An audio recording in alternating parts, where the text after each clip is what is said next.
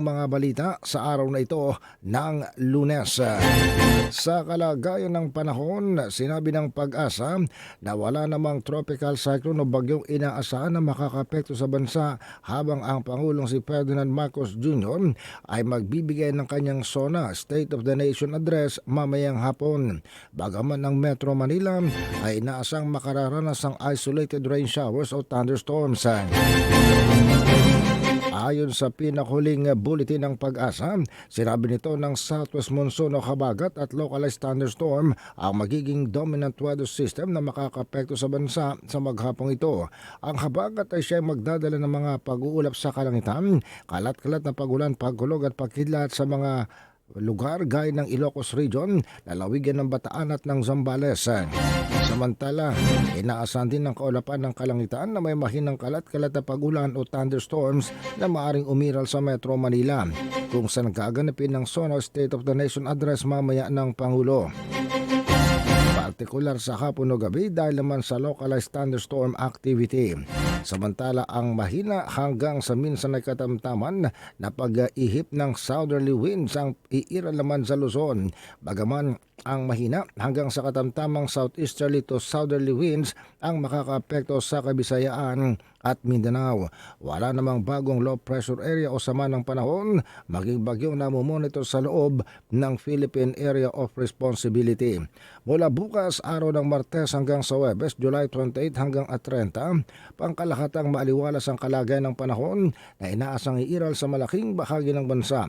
Pero may pagkakataon din ng isolated rain showers at thunderstorms na magaganap hapon o gabi. Samantala, ang bagyong si Quiapo ay nasa labas na ng Philippine Area of Responsibilities.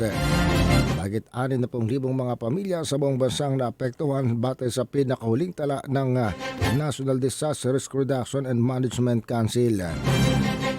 May 10,000 katao pang nananatili sa mga evacuation centers. Samantala, 3 kamatayan din o 3 mga namatay ang iniulat naman ng NDRRMC. Bagaman ito hindi direktang dahil naman sa pag-iral ng bagyong si Quiapo.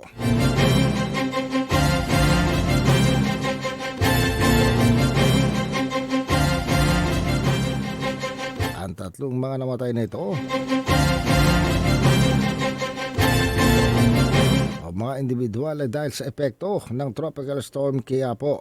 Ayon pa rin sa NDRRMC, ang pinakahuling situation report naman ay 1 namatay sa Davao, samantalang may 2 pang bine-verify na namatay sa lalawigan ng Sarangani. Sa ngayon, ang iniulat na namatay sa Sarangani ay listed pa rin officially bilang mga missing at kinakailangan pa ang validation. Mahigit namang 285,000 individuals ang naapektuhan ng bagyong si Quiapo batay sa pinakahuling pagtala ng NDRRMC. Nagbigay na rin daw ng 5.2 milyong pisong tulong o assistance sa mga naapektuhan ng weather disturbance ang NDRRMC. Samantala, sa kaugnay pa rin pong balita,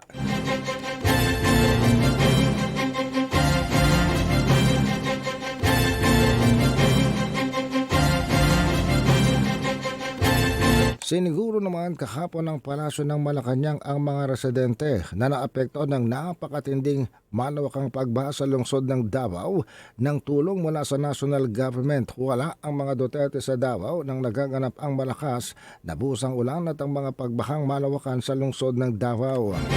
Sinabi ng Palace Press Officer si Claire Castro ng DSWD ay nagbibigay na ng food packs at iba pang essential items sa mga naapektuhang mga pamilya habang wala pa silang natatanggap na tulong mula naman sa LGU ng Davao.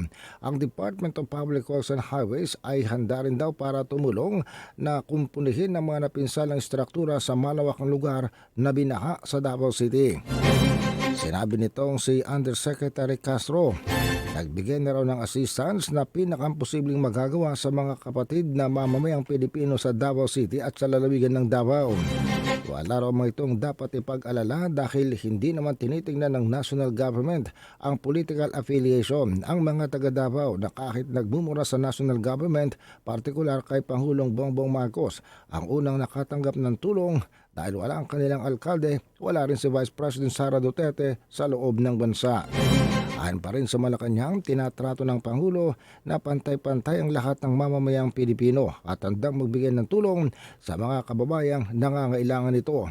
Samantala, sa katanungan naman kung si Davao City Mayor Sebastian Duterte ba ay humingi ng tulong mula sa gobyerno. Sa ngayon, wala pang specific information kung humingi ng tulong sa Pangulo ang lungsod ng Davao. Ang nasisiguro nila, wala pang galaw na ginagawa ang lungsod ng Davao sa malawakang pagbang naganap sa kanilang lungsod. Ayon sa palasyo ng Malacanang sa ngayon, nakabakasyon sa abroad si Mayor Baste Duterte. Nasa labas din ng bansa si Vice President Sara Duterte at nagbabakasyon.